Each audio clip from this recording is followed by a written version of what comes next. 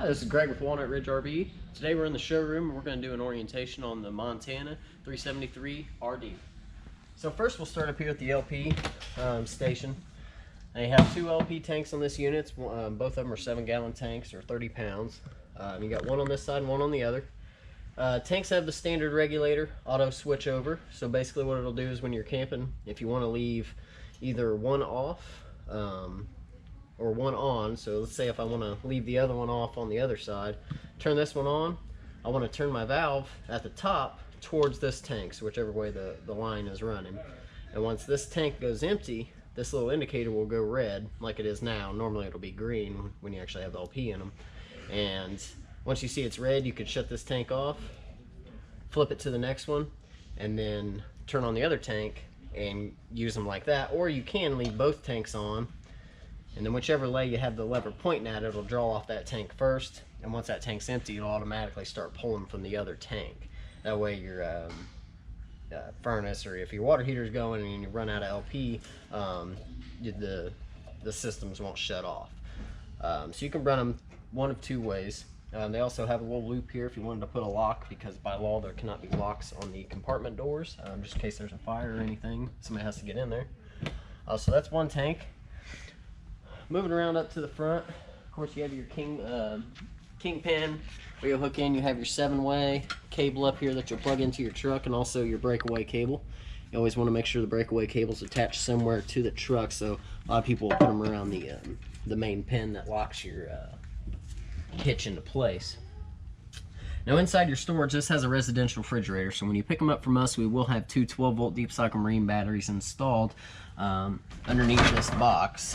Now the batteries will charge anytime you're plugged into the vehicle, or to the 50 amp service in the back, or 30 if that's all you have, and they will charge your batteries while you're driving, and which will also, since the fridge is residential only, it won't have it has a inverter on it. So basically when you're driving, you will have an inverter that'll switch over from the electric side of it, and your truck powering your batteries will then empower the inverter, which will power the fridge. So you'll be able to run your fridge while you're driving with this particular model.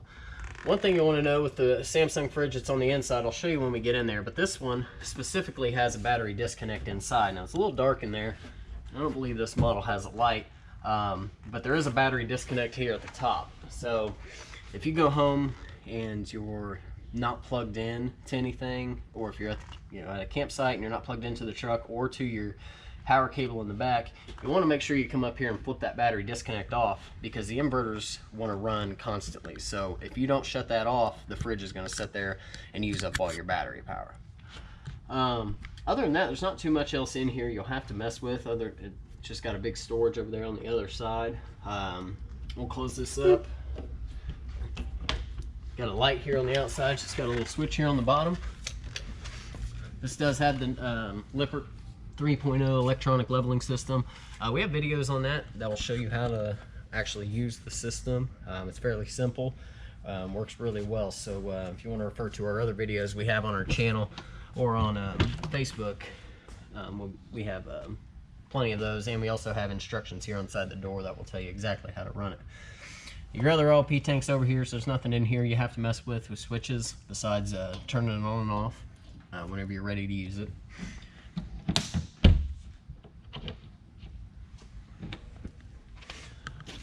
Okay, up in here you have your inverter. So like I said before, the inverter comes from powers from the battery, comes up into here, and this is where the fridge will plug in.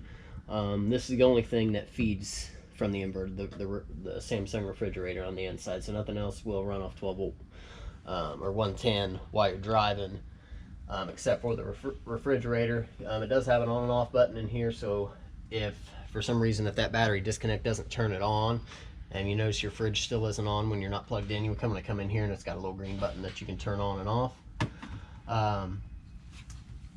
Inside here you have an outside shower. You have a blue coil hose over there on the other side of the storage. It's just a quick connect into there, so you have hot and cold on the outside. You have 3 different water inlets here. So you have at the top, you have a sewer, or your winterizing system. So To winterize these units is the easiest they make them. They have detailed instructions over here on the left side, but what you want to do is you want to bypass your water heater, which says right here, you just turn off your water heater. You want to turn this to winterize on, and then hook a hose into here, stick it down into your jug of antifreeze, turn on your water pump from the inside, and just go to every faucet, turn on the hot side till you see pink, turn on the cold side till you see pink. Do that at every faucet, every outlet, your low point drains even, toilet, until you see pink at every output, and that way you know that you have antifreeze running through the entire system. Now when you're using it this time of year, you want your water heater bypass off and winterize off, so you can the water heater will fill whenever you hook into your city water connection. So this is your main water inlet here. You'll want to hook up. If you want to, if you're at a campsite that has a full hookup, you just hook in your hose here, leave the tank fill valve down here into normal flow, turn it on and go. You have unlimited water supply.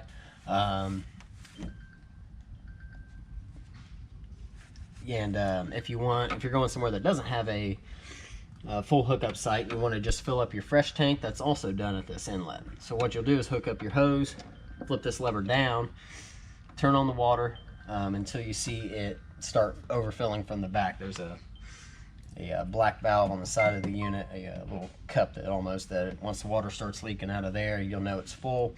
You want to turn this back to normal flow, turn your water pump on, and then you'll have an unlimited water, or a limited water supply, but it's the exact same thing. You'll have water to all your fixtures and everything. So we'll put that cap back on down here. You also have a sewer flush. So after you're done dumping your black tank, your toilet on this unit, if you're at the dump site, you can hook up a hose into here, turn it on, and it's going to shoot water inside that tank and help clean it out. Really nice to help clean out the prongs so your monitor panel reads correctly, and helps get all the other stuff out of that tank. This unit has two dumps inside here, so you have a black and a gray. Your black's obviously your toilet, and your gray is your bathroom sink and shower on this model. Now this, you always want to dump your blacks first. Wait till they're done, just pull out the valve, hook up your hose first, pull out the valve. Once it's done, close it, and then pull out your gray tank. That'll help clean out the hose a little bit and prevents backwashing from the black into the gray. All your cables can run up through this little hole in the center here, so just take these caps off if they're on. You can run your hose, your coax cables, anything else up into there. That way you don't have to leave your door cracked or open all the way. Two low point drains here, so when you're done camping for the weekend or whatever, if you want to, after you shut your water off and drain your tanks, if you want to open these valves, let that excess water out so it doesn't stay in there and get stagnant, you can do that. You have a battery disconnect in here, so when you're done camping, if you're going home and just to park it, you want to go ahead and shut that off. That'll kill the 12 volt to the unit, so that way it won't drain your battery. Now this one will not do the other battery disconnect that runs the inverter, so you want to make sure this one's off and the other one is off that I showed you in the front compartment in order to shut all 12 volt off of the system. Other than that, you have the key TV box in here. We do have videos on that also, but the key TV box basically, instead of before you had to run multiple coax cables to each TV to run a satellite, with this you no longer have to. So you basically just hook up your little Playmaker or other satellite you have up into here and hook up your dish receiver or DirecTV receiver to whichever TV you'd like, and it'll run like that, so you don't have to have multiple drops anymore. It's pretty nice. But we go into a little bit more detail on the QTV system in some of our other videos. That's pretty much it for the water compartment. You have your furnace exhaust here. Nothing much you have to do here. It's just going to blow out hot air, but you always want to make sure that you keep a mud dauber screen covered over this to keep mud daubers and bees, ladybugs, and stink bugs right now are really bad about getting in there, and they can back up the system and end up breaking things in there too, like the squirrel cage that spins. So if you're ever having issues with your furnace and you don't have anything on that, that'd be the first place I'd look. This unit comes with a Suburban 12-gallon water heater, electric and gas. Works really simple. You have your plug in here. It's an 1 1/16 socket. Just go ahead and tighten that plug up. You want to lift this valve open, turn on your hose, and it should start filling this tank as long as your water heater bypass is off. Once you see it start shooting water out of here, you just want to close it. Now you know it's full. If you're hooked up to electric or 110 power, you just want to flip this switch on out here, And then on the inside, you'll have another switch that you'll need to turn on. I'll show you when we get in there. And then about 45 minutes to an hour later, you'll have hot water. If you want to run it on the LP side of things, there's a switch on the inside. You just flip that switch, make sure your LP tanks are on, and go from there. It takes a little less time. You can also run them both at the same time for a little bit faster recovery rate if you'd like, or to get it hot quick when you first get somewhere. Other than that, you have 2 resets out here. So in case something ever isn't working on the water heater, the electric or the gas, first place you always want to check is these little buttons right here. That'll pop out a little bit, and you just push it. It'll push back in and it'll reset the thermostat, the breaker back there. So pretty easy to operate. Put the cover back on. Just make sure this cover's on tight before you leave. The only other thing we can see on this side is you have another dump down here, which the handle is right behind here, and that's for the kitchen sink only. So if you just, it's got a galley, and let's see, you also have, let's see, the other one's back there.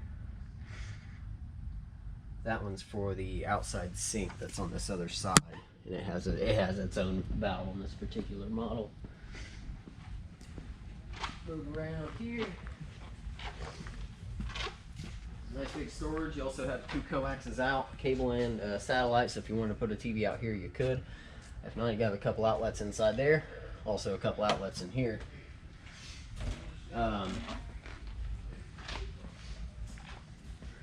Since we can't get to the other side, you'll see one of these on the other side of the unit, and that's what the fresh tank overfill looks like. It's the same thing. That one there is for the kitchen sink. So basically, if it ever backed up enough, so if you misread your tank reading, or the tank reading wasn't working and the gray tank started backfilling, it would come out there before it backed up into the sink. They don't do that on every model, but this particular one they did. Got huge storage in here with the slide out tray that comes out the back, which of course we can't get to. That's really nice in there. It's got multiple lights also. We have, if you want to look at some of our other videos to go into more detail on the axles and maintenance on those, getting your bearing packs and grease and everything, we have a lot of videos on that where our service manager Josh goes over most of those.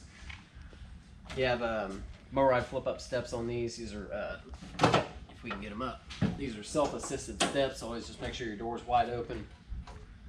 Pick them up. There's no lock on these because they have the spring assist. So they're really easy to get up and down. So some of the other ones are a little heavy, so this is very nice for these.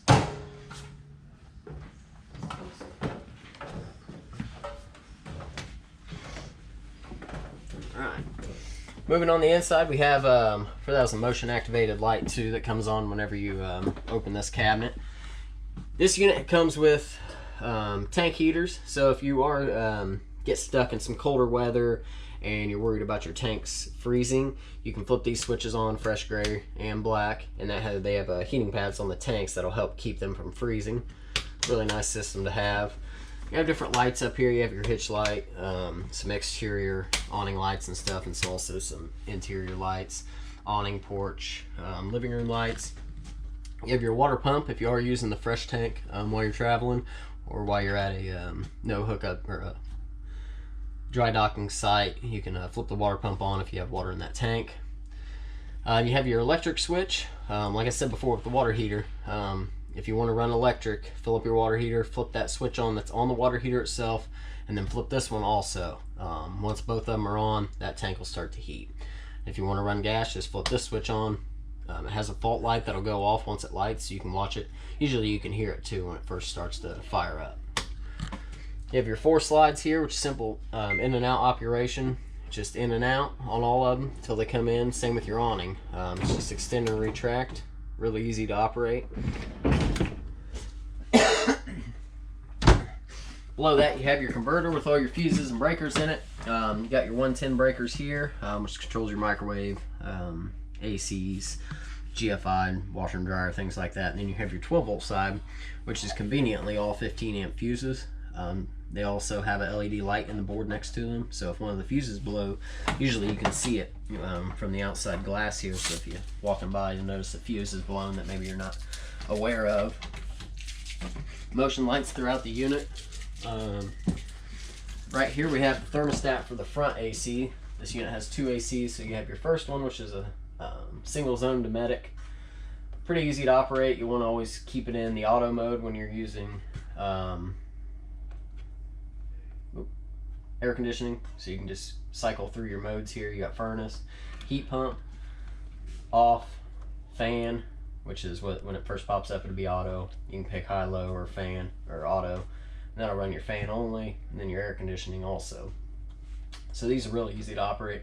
They've been around for a few years now. They've been using that thermostat. You have a max air vents in here that'll automatic vents. They also have rain sensors on them, so if you have the vent open and it starts to rain, you're not around, it's going to shut that vent automatically, which is really nice. So it's got fan on, you got different fan speeds. Those really do pull some air, so if you have a window open in the bedroom, you can feel a lot of the air moving through here already. So those really help, especially when you're cooking. Shut that fan off. We have 3 different light switches here. This unit also comes with a prep for the Furrion Connect system. If you go to furrion.com/access, you can purchase a Wi-Fi router that will help you pick up Wi-Fi, or if you have 4G, a 4G network, you'll be able to run that inside the camper, and that little box just slides back over whenever you purchase one. Moving up here to the bathroom real quick.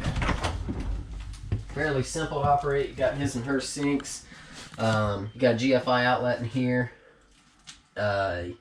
Simple, just like your house. You got your any outlets near water. If one of those outlets isn't working, you might want to come up here and check. The outlets on the outside, make sure that the red button isn't tripped, and just go ahead and push it back in if it is. You have a toilet. Just barely push on it and you'll fill it up with water. All the way down flushes it. Simple operation. Big 3-pane shower doors. One thing you always want to remember is always to make sure that these are locked before you start to travel. That glass won't fare so well on the road. Other than that, it's just a nice big open bathroom. A lot of space in here. Moving towards the bedroom. In the bedroom, you have the same thermostat in here. Now, one thing I will mention is that while this thermostat will do the AC and the fan, it will not do the furnace. The furnace is only ran off the front thermostat. So even though it'll say furnace, when you go through the options, it will not fire up the furnace. Just so everybody's aware. Carbon monoxide detector back here. It's just a 9-volt battery inside here. Check that once a month, make sure it works just like you would at home. Got USB plug-ins on both sides. Push button lights. TV in back here. Washer and dryer hook up in that cabinet right there behind you. So if you wanted to hook in a washer and dryer, you wanted us to install it, we could. If not, you have a lot of closet space. It's got some bed storage also. Good amount. Never hurts to have more storage. Let's move out of here.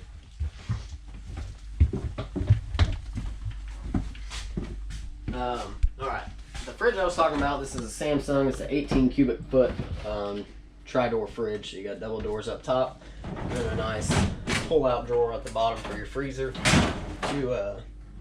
Two big drawers with lots of room. It also has an ice maker installed. That seemed to work pretty well. The fridge is fairly simple to operate. It's only got 6 buttons, 3 for each side. So you have your fridge, which all that button does is just change your temperature. 38's the recommended, but you can go even lower or higher if you want. You have power cool, so if you first get somewhere and you want to turn it on, that'll help cool it down quicker. You also have an energy saver mode that acts just like it would at home. You just kind of conserve your power, maybe if you're running off 30 amp. Same up here, you have ice on and off. If you want the ice maker to run, power freeze, and then your freezer temperature adjustment. There's no on and off switch on this board or anywhere in this fridge. The only way to actually shut this refrigerator off is to shut that disconnect off in that storage. That's one question we get quite a bit with one of these fridges. It's got the new Furrion stoves. Really simple to operate. You just got to turn it. Got an automatic sparker there. We do have a little bit of LP in there.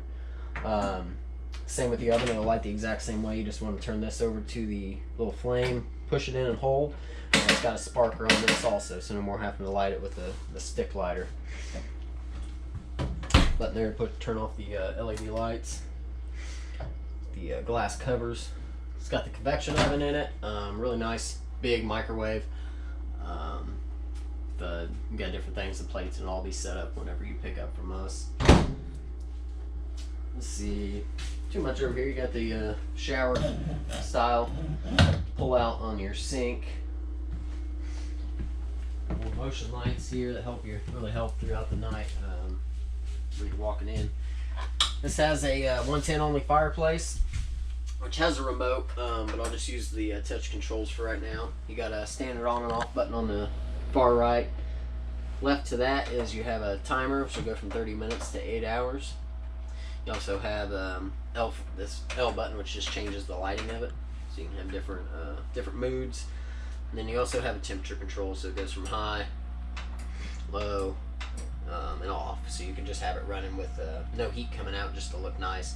That won't burn up a lot of amperage. So if you are only hooked into 30 amp, and you have your AC going or something, you could still have this running without it wanting to blow breakers.